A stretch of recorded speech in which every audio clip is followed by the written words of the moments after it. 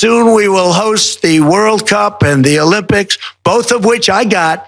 The 2026 FIFA World Cup is just months away, but instead of excitement, anticipation, and celebration, the build-up is being dominated by backlash, fear, and controversies, primarily due to the political developments happening around. The German politician Jürgen Hart has raised the idea of a potential World Cup boycott in a German newspaper. Calls are growing louder in the United Kingdom for England and Scotland to boycott the 2026 FIFA World Cup that is set to be co-hosted by the United States. Julius Malema urges countries to boycott the World Cup. It is not safe to go to America, not only during the World Cup. Any South African who had an intention to go to America, this is not the time. It is dangerous. 8 African nations qualified for the 2026 World Cup, and 8 of them are now facing travel restrictions that could ban their fans from watching their teams play on American soil. President Trump just announced he's expanding his travel ban to include 5 more countries and impose new limits on others. This is not about football anymore, and Africa is deciding whether to send the most powerful political message in sports history by walking away from the biggest tournament on the planet. The visa bans are real, the outrage is exploding across the continent, and FIFA is watching its crown jewel tournament turn into a geopolitical disaster as African leaders openly debate whether dignity matters more than goals. Trump's administration dropped a bombshell that nobody saw coming when they announced travel bans affecting 39 countries.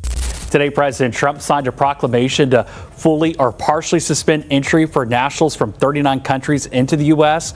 That previous list included 19 countries. And Africa got hit harder than any other continent because out of 9 African teams that qualified, 8 of them are now dealing with restrictions that could effectively lock their fans out of stadiums in the United States. Senegal, Ivory Coast, Algeria, Egypt, Tunisia, Morocco, Ghana, and Cape Verde all made it to the World Cup, but their supporters are now staring at visa restrictions, bond requirements up to $15,000, and a gauntlet of bureaucratic obstacles that make attending matches in America nearly impossible for ordinary fans who saved for years just to watch their teams on the world stage. Haiti and Iran face complete travel bans, which means their fans cannot enter the United States at all, even if they have World Cup tickets. And while players and team staff are exempt from these restrictions, the people who make football electric, the fans who paint their faces, who sing in the streets, who turn stadiums into cauldrons of noise, those people are being told they are not welcome. Ivory Coast faces limited visa access due to what the US State Department vaguely describes as diplomatic tensions, and the Trump administration made it clear that possessing a World Cup ticket does not guarantee entry into the country, because visa approval is an entirely separate process controlled by US authorities who can deny anyone for any reason they see fit. The administration suspended immigrant visa processing for 75 countries on top of the existing travel bans, and while they claim this only affects permanent residency applications and not tourist visas, the distinction means nothing to fans who are getting their applications rejected or being told to pay bond fees that cost more than their entire trip. African fans are looking at a system where Europeans can breeze through visa waiver programs while they face interrogations, delays, and fees that feel designed to discourage them from showing up, and the message is unmistakable. The World Cup is being hosted in a country that does not want black and brown people crossing its borders even to watch football. This is bigger than football because Africa is done being treated like a continent that should be grateful just to participate while the rules get bent against them at every turn. The visa restrictions landed at the exact moment when Africa is asserting itself geopolitically like never before, with the Sahel Alliance kicking out Western military bases, BRICS expanding to include African nations that are building trade relationships outside the dollar system, and leaders across the continent openly challenging the post-colonial financial architecture that kept them dependent on Western approval for decades. Africa watching its fans get blocked from the World Cup while FIFA President Gianni Infantino stands next to Trump smiling for photos is the kind of humiliation that triggers responses beyond sport, and the responses are already starting. South Africa's Julius Malema, leader of the Economic Freedom Fighters, called for Bafana Bafana and the South African Football Association to withdraw from the tournament entirely, saying business as usual is no longer acceptable when the United States is disrespecting international law the same way apartheid South Africa did. Mailmer compared Trump's visa policies to apartheid-era restrictions and reminded everyone that the global community boycotted South Africa's sports teams for decades to isolate the regime. So why should Africa now reward the United States by sending teams and fans to a country that treats them like security threats? French football legend Claude Leroy, who coached multiple African national teams and holds massive credibility across the continent, publicly questioned whether Africa should call for a boycott given Trump's behavior toward Africa and FIFA refusal to push back against policies that discriminate based on nationality and skin color. Former FIFA President Sepp Blatter, who has no love for the current administration after being forced out in disgrace, joined the calls for a fan boycott of matches in the United States, telling supporters to stay away and watch from home because attending means endorsing a political climate that marginalizes people based on where they were born. British members of Parliament tabled a motion urging global sporting authorities to consider excluding the United States from hosting until it demonstrates compliance with international law. And while that motion has no enforcement power, it signals that even traditional Western allies are uncomfortable with what Trump's policies are doing to the World Cup's credibility as a global celebration. CAF, the Confederation of African Football, has not officially called for a boycott, and no African federation has formally withdrawn, but the silence is deafening because behind the scenes, conversations are happening that could reshape how Africa engages with FIFA tournaments going forward. A coordinated boycott would require joint decisions by the governments of Morocco, Senegal, Algeria, Tunisia, Egypt, Ivory Coast, Ghana, Cape Verde, and South Africa, supported by the African Union and backed by CAF. And while that level of coordination seems unlikely in the short term, the fact that it is being openly discussed tells you how serious the anger has become. The financial consequences for FIFA would be catastrophic if Africa walked away because the 2026 World Cup is projected to generate $17.2 billion for the US economy alone, with FIFA expecting record-breaking revenues from ticket sales, sponsorships, and broadcasting rights. Losing 9 African teams would gut the tournament's claim to global inclusivity, and sponsors who paid billions to associate their brands with the World Cup would face immediate backlash for supporting an event that excluded an entire continent due to discriminatory policies. African viewership represents a massive portion of FIFA global audience, and broadcasters in African markets paid substantial fees for rights to air matches featuring their national teams. So a boycott would trigger contract disputes, revenue losses, and a public relations nightmare that FIFA cannot spin away. The image damage would extend far beyond money because the World Cup markets itself as a celebration of unity, when nations put aside differences to compete on equal terms.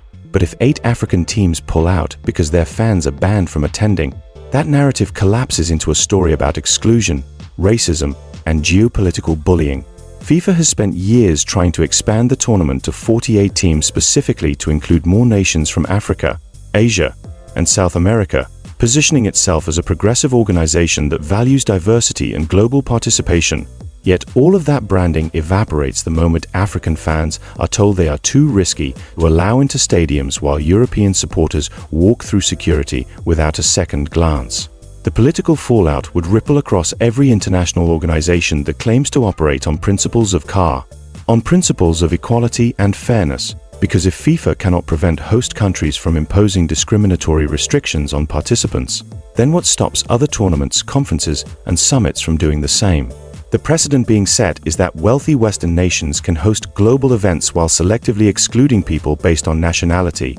And once that precedent is established, it becomes a tool that gets used again and again until international cooperation becomes meaningless because only certain countries get to participate on favorable terms.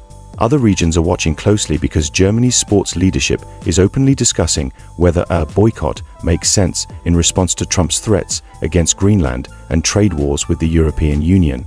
And while France's sports minister dismissed boycott talk for now, she admitted she cannot predict what might happen if Trump's behavior escalates. Denmark, which has not qualified yet but could make it through playoffs, is seeing fan groups urge the Danish FI to refuse participation if they advance. And Iran already threatened to boycott the draw ceremony after the US denied visas to 4 members of their delegation, signaling that non-African nations are also fed up with being treated as second-class participants in a tournament they helped qualify for. The domino effect is real because if Africa walks away and Germany follows, then suddenly the World Cup loses two of the most passionate football cultures on the planet, and at that point, FIFA faces a legitimacy crisis where the tournament stops being the World Cup and starts being the Americas and Europe Invitational. Corporate sponsors cannot ignore that level of disruption because their entire investment is predicated on global reach, and losing Africa and potentially other regions means losing the diversity that makes the World Cup marketable in the first place. Broadcasters who paid for worldwide rights would demand refunds or renegotiated contracts because the product they purchased, a truly global tournament, no longer exists in the form they agreed to pay for. Africa is not bluffing this time because the continent has reached a tipping point where symbolic gestures no longer satisfy the demand for tangible respect and equal treatment. The Sahel kicked out French troops. ECOWAS lost 3 member states who refused to accept Western-backed sanctions. And African nations are building alternative trade and security frameworks that operate independently of institutions designed in Washington, Paris, and Brussels. Football is the next battleground, where Africa decides whether to keep playing by rules written by people who do not respect them, or whether to walk away and force those people to realize that without African participation, their global events stop being global. The uncomfortable question hanging over everything is whether Africa will actually follow through, or whether this is leverage designed to extract concessions from FIFA and the US State Department without pulling the trigger on a full boycott. CAF has not issued ultimatums, federations have not withdrawn, and players who dreamed their entire lives of representing their countries at a World Cup are not eager to sacrifice that dream over visa policies that might get adjusted at the last minute to avoid disaster. The economic pressure on African football associations is real because participating in the World Cup generates revenue that funds grassroots development, and walking away means losing that income with no guarantee that the boycott achieves its political objectives. But leverage only works if the threat is credible, and right now, the threat is credible because African leaders are publicly questioning whether the humiliation of sending teams to a country that bans their fans is worth the money and prestige that comes with World Cup participation. FIFA is in full damage control mode, insisting that everything is fine while quietly pressuring the US State Department to ease restrictions before the tournament starts. But the damage is already done because African fans, players, and officials now know that their participation is conditional on policies they have no control over, and that can change at any moment based on the whims of a US administration that views them as security risks rather than welcomed guests. The 2026 World Cup was supposed to be a historic expansion that brought more of the world into football's biggest event, but instead, it is turning into a test of whether Africa will accept being treated as lesser participants or whether the continent will use its leverage to demand the respect it has been denied for decades. If Africa boycotts, it sends a message that dignity is not negotiable and that global events lose their legitimacy the moment they exclude people based on where they were born. If Africa participates despite the restrictions, it signals that money and prestige matter more than principle, and that calculation will define how the continent is treated in every international forum going forward. The world is watching, and so is history, because this is not just about football anymore. It is about whether Africa will continue bending to systems designed to exploit and exclude, or whether this is the moment when a continent decides enough is enough and walks away from a rigged game that was never meant to be fair in the first place. The countdown to June 2026 is ticking, and nobody knows yet whether African teams will take the field or whether the World Cup will start with 9 empty slots and a global audience asking how FIFA let things get this bad. What you're seeing, how immigrants are being treated in America. But my knowledge of World Cup the world over, I've covered quite a few. I've been to Germany, I've been to South Korea. When the World Cup happens, the whole mood in a country often changes. The country itself knows that the whole spotlight is on them, and anything that they tend to do that could put them in bad light, they are going to try and change. So I think Trump and his people will mellow when the World Cup comes, and I think any South African who can afford, my view is go to the World Cup, don't miss it, because it's something that comes once in a lifetime, especially when your country is there, because you see not every country qualifies all the time, so people should not be afraid.